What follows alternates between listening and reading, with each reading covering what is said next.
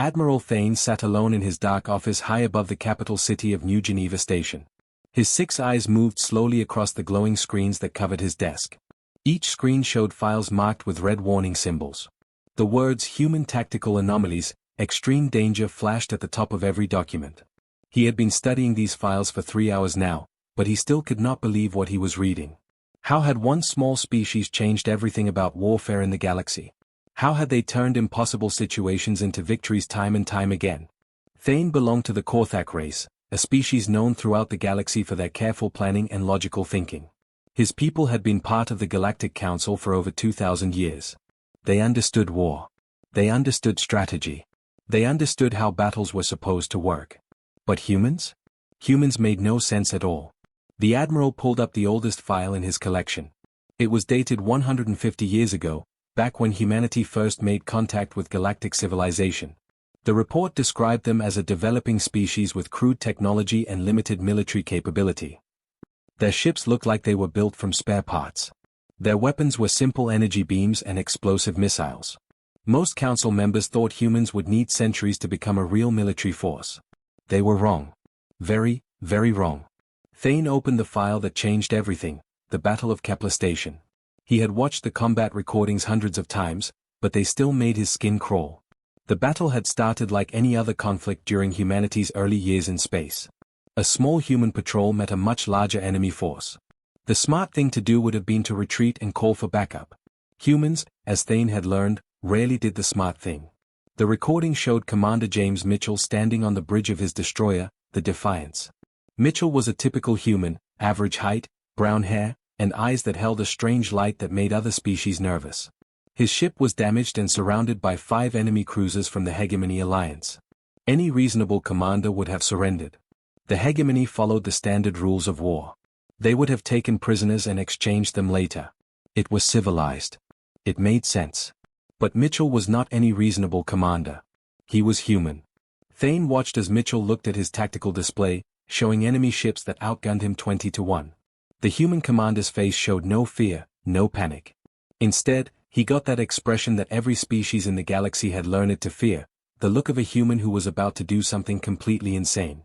"Sir," said Lieutenant Sarah Baker, Mitchell's tactical officer. "We're completely surrounded. They're demanding our surrender." Mitchell nodded slowly, still staring at the enemy formation. "I can see that, Lieutenant." He was quiet for a long moment. Then he turned to his crew with a small smile. "It's probably a bad idea, but..." Even now, 150 years later, those words made Thane's blood run cold. "But what, sir?" asked Lieutenant Baker. "Full power to engines. Set collision course for the lead cruiser's reactor housing." The bridge went completely silent. The human crew stared at their commander like he had lost his mind.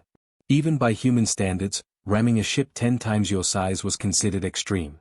"Sir," the helmsman said carefully, "that will destroy us too." "Probably," Mitchell agreed. "But look at their formation. They're clustered tight around that flagship because they think we're going to surrender. If we take out the reactor on that big ship..." Thane knew what happened next, but he always watched this part anyway. The recording showed the human destroyer suddenly accelerating toward the massive Hegemony cruiser. The enemy ships were caught completely off guard. They had never seen anyone attempt such a suicidal attack. The Defiance struck the enemy flagship just above its main reactor housing. The explosion that followed should have destroyed both ships and nothing more. That would have been the logical result. That would have made sense. But the universe, Thane had learned, seemed to have a soft spot for humans who attempted impossible things. Instead of a simple explosion, something went wrong with the enemy ship's quantum drive. The reactor explosion created a feedback loop that traveled through the ship's power systems. The feedback jumped to the next closest ship through their network communication systems. Then to the next ship. And the next. In less than 30 seconds, 17 enemy vessels were destroyed in a chain reaction that scientists still could not fully explain. The entire Hegemony battle group was wiped out by one damaged human destroyer. The news spread through the galaxy like wildfire. A single human ship had defeated an entire enemy fleet through what could only be described as the most reckless act of insanity ever recorded. Military academies across dozens of worlds began studying the battle, trying to understand how it was possible. They never figured it out. But they did learn something else. They learned to fear those 7 words that Commander Mitchell had spoken. It's probably a bad idea but became the most terrifying phrase in galactic military history. Thane closed the file and looked at the hundreds of other reports on his desk. Every single one told a similar story. Humans facing impossible odds. Humans attempting strategies that should never work. And somehow, impossibly, humans winning. The pattern was always the same. When a human military officer said those 7 words, reality itself seemed to bend around them. The universe found ways to make their insane plans succeed. Other species had tried to copy human tactics. The results were always disastrous. When aliens attempted suicidal attacks, they simply died. When humans did it, they somehow destroyed entire enemy fleets. Admiral Thane rubbed his eyes and looked out the window at the busy space station below. Tomorrow he would have to brief the Galactic Council on humanity's role in the upcoming war against the Dominion of Krex. He knew exactly what would happen. Some human admiral would stand up and begin a sentence with those terrifying words. And once again, the impossible would become possible. The emergency alarm echoed through the massive war room aboard the flagship Eternal Vigilance. Red lights flashed across dozens of holographic displays, each one showing another star system falling to the enemy. Admiral Thane watched the tactical maps with growing horror as entire fleets simply vanished from the screens. The Dominion of Krex had finally revealed their ultimate weapon, and it was unlike anything the galaxy had ever seen. They called it the Quantum Fortress, a massive structure that existed in multiple dimensions at once. It could appear anywhere, strike without warning, then fade away before anyone could fight back. Report, Admiral Thane ordered as he entered the crowded command center. Officers from a dozen different species stood around the central holographic display, their faces showing the same expression of helpless fear. Captain Vex of the Centauri Defense Force stepped forward. His crystalline body flickered with nervous energy as he spoke.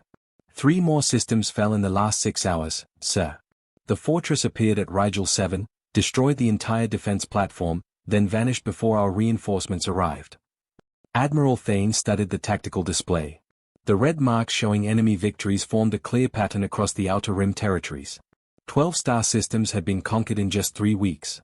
At this rate, the Dominion would reach the core worlds within a month. What about our counterattacks? Thane asked, though he already knew the answer. Useless, replied General Zorth, whose tentacles writhed with frustration.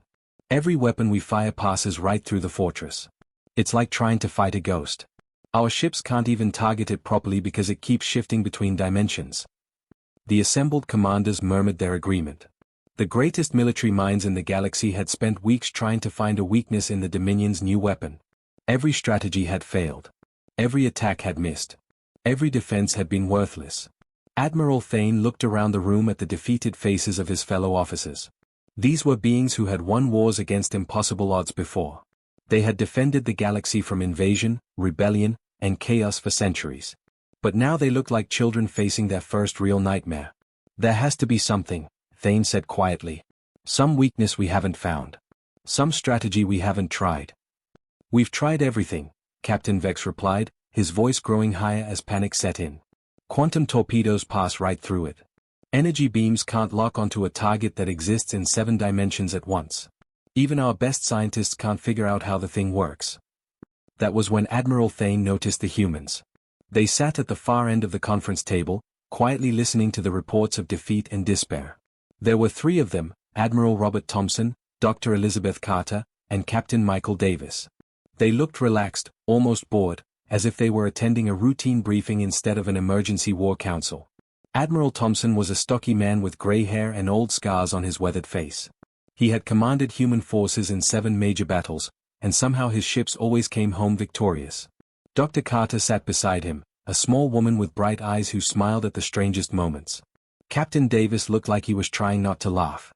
The humans' calm behavior in the face of galactic crisis made Thane's skin crawl. He had seen that look before. It was the same expression Commander Mitchell had worn right before he destroyed an entire enemy fleet with a single impossible attack. Admiral Thompson, Thane said carefully, do your people have any thoughts on this situation? Thompson looked up from the tablet he had been reading. Oh, we've been following the reports, he said casually. Interesting problem. Very challenging. Challenging? General Zorth's tentacles snapped with anger. This fortress is destroying everything we send against it. We're facing the complete conquest of our civilization. Yes, Thompson nodded. Like I said, challenging. Dr. Carter leaned forward with that unsettling smile. The quantum mechanics are fascinating, actually. A structure existing in multiple dimensional phases simultaneously while maintaining coherent mass and energy patterns. The engineering involved must be incredible. Admiral Thane felt a cold chill run through his body. The humans were talking about the enemy's ultimate weapon like it was an interesting puzzle to solve. That was never a good sign. Captain Davis finally spoke up. Have you tried turning your weapons to maximum power and just shooting at it randomly? Of course not, Captain Vex replied. That would be completely illogical. You can't hit a target that exists in 7 dimensions by firing blindly. Right? Davis nodded. That's what we figured you'd say. The room fell silent as everyone stared at the humans. Thane recognized the signs, the casual confidence, the strange questions, the way they looked at an impossible problem like it was perfectly solvable. He had read enough reports to know what came next. Admiral Thompson stood up slowly from his chair. Every non-human in the room tensed as he cleared his throat. The conversation stopped. The room became so quiet that Thane could hear the hum of the ship's engines 3 decks below. Thompson looked around at the assembled officers with that same calm expression. He opened his mouth to speak, and Thane already knew what the first words would be. It's probably a bad idea but dash. The reaction was immediate and dramatic. Captain Vex's crystalline body began vibrating at such a high frequency that he became almost transparent. General Zortha's tentacles wrapped around his body in what his species called a defensive position. 2 junior officers from the outer world simply teleported away in flashes of colored light. The remaining alien commanders began backing slowly toward the exits. Some tried to look casual about it, pretending they had suddenly remembered important duties elsewhere. Others just ran. Admiral Thane found himself torn between his duty to hear whatever insane plan Thompson was about to propose and his species' overwhelming survival instinct that screamed at him to evacuate immediately. Thompson watched the exodus with mild interest, then continued speaking to the nearly empty room. But I think we can solve this problem. The war room was almost empty now. Only the bravest or most curious officers remained to hear Admiral Thompson's plan. Admiral Thane stayed because it was his duty, though every instinct told him to run. Captain Vex remained because his crystalline species could not actually move very fast. A few junior officers hid behind their senior commanders, too terrified to leave but too fascinated to look away. Admiral Thompson walked calmly to the holographic display showing the quantum fortress. The massive structure flickered in and out of view as it shifted between dimensions, like a ghost haunting the galaxy. He studied it with the same expression a human might use when looking at a crossword puzzle. The problem is simple, Thompson said, calling up technical readouts that made the remaining alien scientists visibly flinch. This fortress exists in multiple dimensions at once. Our conventional weapons can only affect targets in normal spacetime. Dr. Carter joined him at the display, her tablet connected to the ship's main computer. New diagrams appeared, showing mathematical equations that seemed to hurt just to look at. So we need to affect reality itself, she added cheerfully. Admiral Thane felt his headache getting worse. That's impossible. You cannot simply change the laws of physics. Actually, Dr. Carter replied, humans do it all the time. We just call it something else. She pulled up a new schematic labeled Experimental Probability Drive, Project Lucky Break. The design looked like someone had connected a dozen different machines with prayer and determination. Alien engineers in the room began making distressed noises. This device, Dr. Carter explained, manipulates quantum probability fields to increase the likelihood of favorable random events. In simple terms, it makes good luck happen more often. Captain Vex's crystal body flickered with confusion. That is not how probability works. Exactly. Dr. Carter beamed. That's what makes it so effective. Admiral Thompson nodded approvingly. The plan is to create what we call a luck cascade around the quantum fortress. We'll use 17 different types of exotic matter, detonate them simultaneously, and broadcast specific frequencies that resonate with the fundamental structure of spacetime itself. A Vorthan scientist whose fur was now standing completely straight raised a trembling paw. What kind of frequencies? Music from Earth, Captain Davis replied, joining the presentation. Our calculations show that certain human songs have mathematical properties that interact with quantum foam in interesting ways. Dr. Carter pulled up an audio file. Specifically, we'll be using Don't Stop Me Now by Queen. The song has a perfect mathematical structure for manipulating probability fields. The room fell silent except for the sound of several alien species hyperventilating through various breathing apparatus. Admiral Thane stared at the humans in horror. You want to fight an interdimensional fortress with a song? Not just any song, Thompson corrected. A song played at frequencies that exist in 17 dimensions simultaneously, while 17 different exotic matter bombs explode in a precise pattern designed to make the universe itself confused about what's supposed to happen. A junior officer from the Aquarian delegation raised a webbed hand. What if this plan fails? Then we'll probably tear holes in reality and destroy several star systems, Dr. Carter said matter-of-factly. But that's a calculated risk. Calculated? Admiral Thane's voice rose to a pitch he didn't know he could reach. How do you calculate the risk of destroying reality? Captain Davis shrugged. We used a coin flip. Heads meant it would work, tails meant it would destroy everything. We got heads 3 times in a row, so the math checks out. Several more officers quietly left the room. The ones who remained looked like they were questioning every decision that had led them to this moment. Admiral Thompson continued as if nothing unusual was happening. The key is to approach the fortress with ships that are, by all reasonable standards, completely hopeless. This maximizes what our scientists call the underdog factor, and increases the probability of impossible coincidences working in our favor. He called up images of the human fleet. The ships looked like they had been built by children using spare parts from a junkyard. The flagship appeared to be held together with metal patches and what humans optimistically called emergency repairs. Several vessels showed clear signs of battle damage that had never been properly fixed. These ships shouldn't be able to fly, observed the Vorthan scientist, his fur now completely white with shock. That's the point, Thompson replied. The more impossible our situation looks, the more likely the universe is to help us out. It's a well-known human military principle. Dr. Carter nodded enthusiastically. We've also equipped each ship with what we call Murphy's Law amplifiers, devices specifically designed to make everything that can go wrong in exactly the right way. Admiral Thane buried his face in his hands. This is insane. You're talking about using broken equipment, impossible physics, and a human song to fight the most powerful weapon in galactic history. I know, Thompson grinned. Isn't it great? The few remaining alien officers looked at each other with the shared expression of beings who had suddenly realized they were trapped in a nightmare. Several began quietly making personal recordings, probably final messages to their families. When do we implement this plan? Asked Captain Vex, his crystal body now so dim it was barely visible. We launch in 6 hours, Thompson replied. The probability calculations show that attacking during the fortress's next dimensional phase shift will give us the best chance of creating a paradox that confuses reality enough to work in our favor. Dr. Carter was already packing up her equipment. I should warn everyone, once we start the luck cascade, random impossible things will begin happening throughout this entire star system. I recommend all non-human personnel evacuate to a safe distance. How far is safe? Thane asked weakly. We're not entirely sure, Captain Davis admitted. But probably somewhere between 3 and 7 star systems away. Maybe more if the effect spreads. Admiral Thompson looked around at the horrified faces of his fellow officers. Any questions? Nobody spoke. They were all too busy planning their immediate evacuations. The human fleet approached the quantum fortress like a collection of flying scrapyards. Admiral Thompson stood on the bridge of his flagship Indomitable, watching the massive enemy structure flicker in and out of reality ahead of them. The fortress was beautiful in a terrifying way, a crystalline monument to destruction that existed in 7 dimensions at once.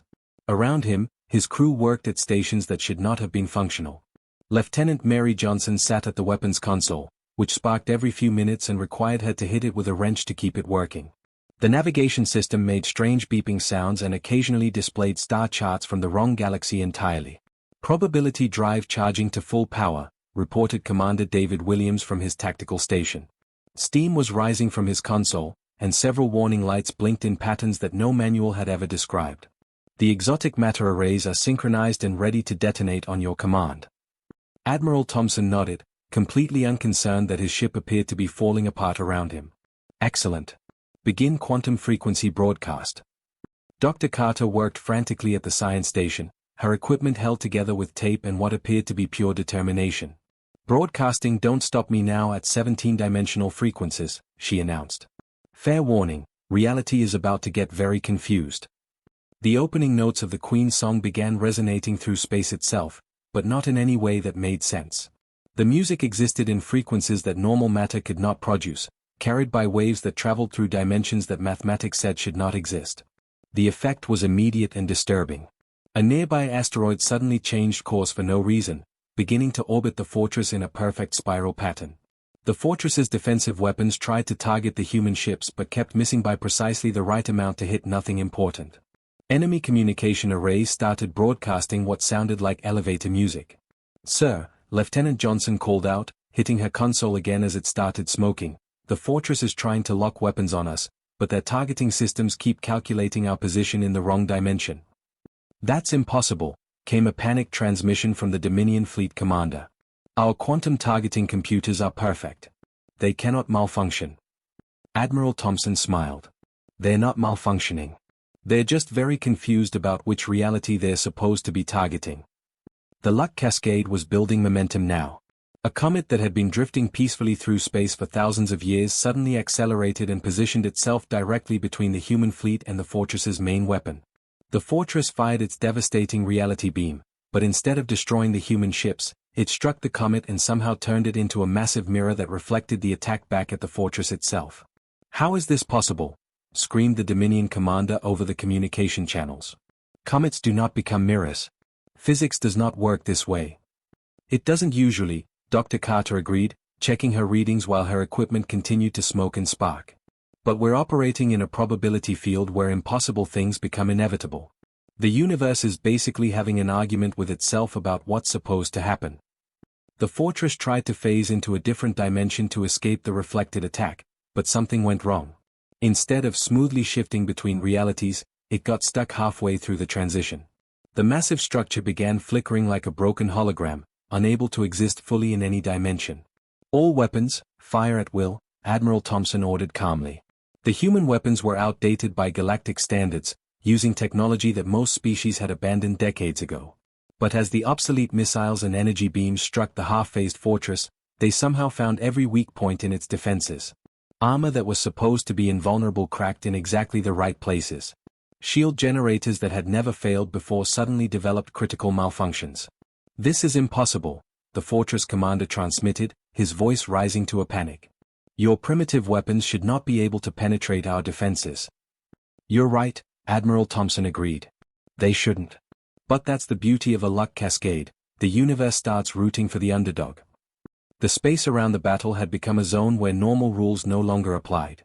Debris from damaged ships began arranging itself into artistic patterns. The fortress's own weapons started misfiring in ways that damaged its support systems. A flock of space whales that had been migrating through the system suddenly appeared and began singing in harmony with the Queen's song, adding their voices to the 17-dimensional broadcast. "Space whales do not sing Queen's songs," shouted the Dominion commander. "They do now," Captain Davis replied cheerfully from his position at the helm, which was steering the ship despite having no logical connection to the navigation system. The fortress made one final attempt to escape, trying to phase completely out of normal spacetime. But the probability field had other ideas. Instead of disappearing safely, the massive structure began moving toward the system's star. Its quantum drives, confused by the reality distortions, were pulling it directly into the solar furnace. Fortress Commander to Human Fleet, came a desperate transmission. "Stop this madness. Our navigation systems are completely insane. We are being drawn into the star by forces that should not exist." Admiral Thompson considered this for a moment. "You could always surrender." "We surrender," came the immediate reply. "Please make the impossible things stop happening." But it was too late. The luck cascade had reached critical mass. The fortress, still flickering between dimensions, passed the point of no return. Its massive bulk was pulled inexorably toward the star, its quantum systems creating probability distortions that made the star itself burn brighter. "All ships, clear the area," Thompson ordered. "This is about to get spectacular." The human fleet retreated to a safe distance, their battered ships somehow managing to achieve speeds they were never designed for. Behind them, the quantum fortress made contact with the star's surface. The explosion was visible from 3 sectors away. The explosion lit up half the galaxy. Admiral Thane watched from his observation deck 3 star systems away as the distant star went supernova, taking the Dominion's invincible fortress with it. The light show was beautiful and terrifying, a reminder of what happened when humans decided that physics was more of a suggestion than a rule. His communication system buzzed with incoming messages from across the Dominion fleet. Ship after ship was transmitting surrender codes, their commanders too shocked by what they had witnessed to continue fighting. The most powerful weapon in galactic history had just accidentally destroyed itself by flying into a star, and somehow the humans had made it happen. Admiral Thane, came a transmission from the Dominion Fleet Commander, Admiral Kresh. His voice shook with defeat and confusion. We formally surrender all forces to the Galactic Alliance. Please tell us this nightmare is over. Thane accepted the surrender with the same bewildered feeling that had haunted him throughout humanity's entire military career. Another impossible victory. Another enemy fleet destroyed by tactics that should never work. Another day of humans proving that the universe had a very strange sense of humor. The human fleet was already limping home, their ships held together by determination and what appeared to be actual prayer. The flagship Indomitable looked like it should have exploded hours ago, but it continued flying with the stubborn refusal to acknowledge reality that defined all human engineering. Admiral Thompson's final battle report arrived 12 hours later. It was exactly one sentence long: mission accomplished. Fortress neutralized. Request immediate shore leave and a very large drink. Thane immediately called an emergency meeting of the Galactic Military Council. Representatives from every major species gathered in the secure conference room aboard New Geneva Station, all wearing the same expression of shell-shocked confusion that followed every human military operation. We need new regulations, Thane announced without preamble. This cannot continue happening without proper protocols. Admiral Vex, whose crystalline body had finally stopped vibrating, nodded enthusiastically. My people have prepared a complete psychological analysis of human military behavior.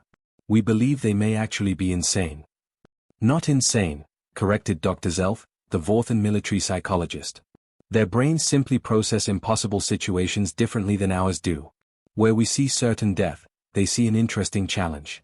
Where we see the laws of physics, they see suggestions to be ignored. General Zorth waved his tentacles for attention. The important thing is that we learn to work with this phenomenon instead of being terrified by it. The humans win battles. We just need to survive their victory methods. Thane pulled up the new regulation he had been drafting. I propose Military Code 3847 human. Any human military officer who begins a sentence with the words, "It's probably a bad idea but shall immediately be granted unlimited resources, full operational authority, and whatever support they request." That seems reasonable, agreed Admiral Vex. Additionally, Thane continued, all non-essential personnel should immediately evacuate to a minimum safe distance of 5-star systems. Do not attempt to talk them out of their plans. Do not ask for detailed explanations. Simply give them what they want and run. The assembled officers murmured their agreement. They had all learned the hard way that questioning human military logic was an exercise in futility that usually ended with entire star systems being accidentally rearranged. There's one more thing, Dr. Zelf added. We should probably create an early warning system. Something to alert nearby civilizations when humans are about to attempt another impossible mission. Good idea, Thane nodded. I suggest we call it Code Impossible. When activated, it will broadcast a message throughout the sector: humans are doing something stupid. Evacuate immediately. Reality may be temporarily suspended. The meeting was interrupted by a young ensign from the communication department. Admiral Thane, we're receiving a message from Earth. They're asking if we need help with any other impossible military situations.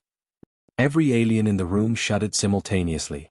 The idea of humans actively looking for new ways to break the laws of physics was more terrifying than any enemy invasion. Tell them thank you, but we're fine for now, Thane replied quickly. And maybe suggest they take a vacation. A long one. Somewhere very far away. 3 months later, Admiral Thane attended a victory celebration aboard the human space station Armstrong Base. The party was in full swing, with officers from dozens of species celebrating humanity's latest impossible triumph.